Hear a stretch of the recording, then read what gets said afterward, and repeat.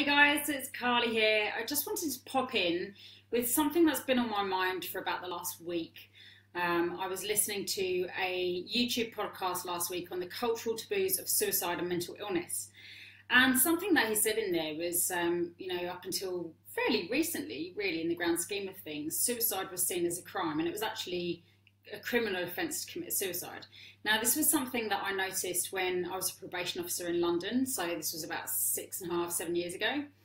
And I used to write pre-sentence reports and offender assessments for the government. So I would have to choose from a drop-down menu from a list of criminal offences. And I always noticed that suicide was listed there as an offence, which really surprised me. I thought that was quite strange because it wasn't actually a criminal offence at that point.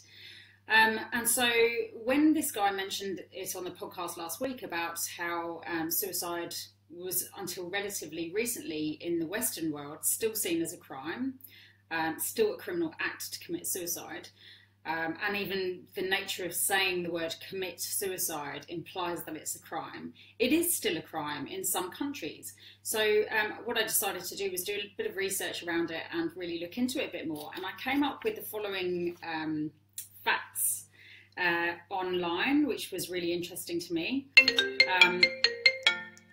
So suicide is a crime in some parts of the world. However, while suicide has been decriminalised in some Western countries, the act is still stigmatised and discouraged.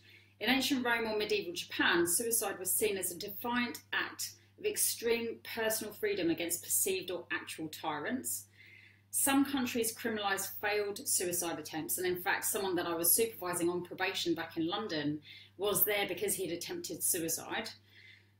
In ancient Athens, a person who had died by suicide without the approval of the state was denied the honours of a normal burial. The person would be buried alone on the outskirts of the city without a headstone or marker, so essentially dumped there. The criminal ordinance issued in 1670 was far more severe in its punishment. The dead person's body was drawn through the streets face down and then hung or thrown on a garbage heap, and all of the person's property was confiscated. The Burial of Suicide Act in 1823 abolished the legal requirement in England of burying suicide at crossroads. Laws against suicide and attempted suicide prevailed in English common law until 1961. That's not that long ago, really, is it? English law perceived suicide as an immoral criminal offence against God and also against the Crown. It first became illegal in the 13th century. Until 1822, in fact, the possessions of somebody who committed suicide could even be forfeited to the Crown. So how bad is that, you know? I mean, that is, in terms of history, quite recent. And there are some countries where it is still illegal to commit suicide. Places like India, a few countries in Asia, it's still an offence to commit suicide. It's still punishable. You can, if you have a failed suicide attempt, you can end up going to prison. And, you know, when I think about that, and you think about how we have, this stuff sits in our cellular DNA, in our memories, not necessarily in our conscious memories, but in our cellular memories, and it's passed down through generations, passed down through time. So this illegal, immoral act against God and an act against the Crown is still sitting in our DNA. So no wonder people who are feeling suicidal feel like it's wrong that they're thinking that way, feel like they don't want to speak up about it. You know, we talk about how you need to put your hand up, you need to talk about your feelings that you're having. But if you're feeling suicidal and this stuff is locked in your DNA, no wonder people don't want to speak up. You know, this is seen as a punishable act where you can end up in prison.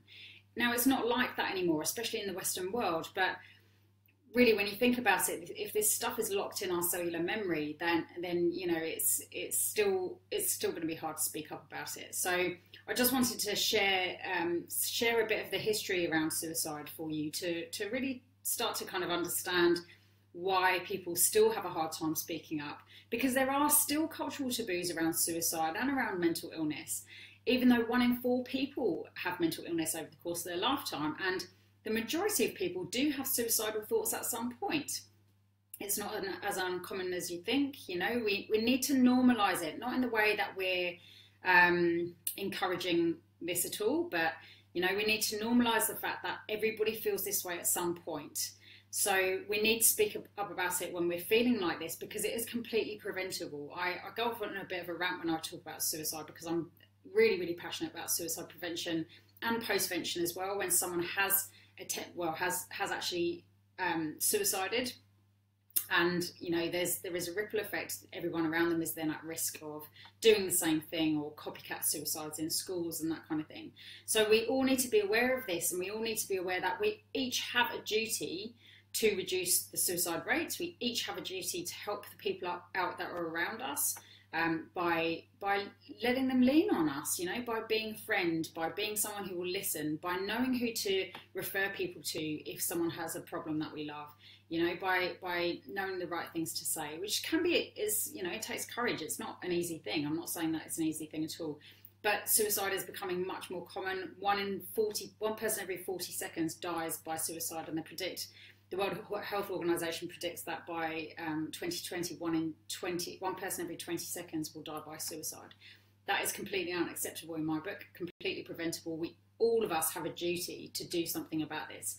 So the more that we can know about it and the more that we can understand it, the better, right? So I'll keep ranting on about this in Facebook Lives, and I'll keep talking about it, because a lot of people are uncomfortable talking about it, but we all should be talking about this. It's a big deal. It's a big issue in every single society that's out there. It's not biased to any gender. It's not biased to any demographic or age group. It's becoming more and more common. So we all have a duty to up our knowledge and up our skills around this particular area. That's it from me. That's my rant over. But yeah, I hope that was thought-provoking for you today. And if you're feeling not very good, please get in touch with me, put your hand up, reach out. I want to talk to you. I want to be able to help you. So yeah, just reach out to someone. And if that someone is me, then great. I look forward to speaking to you. All right, guys, have a great day.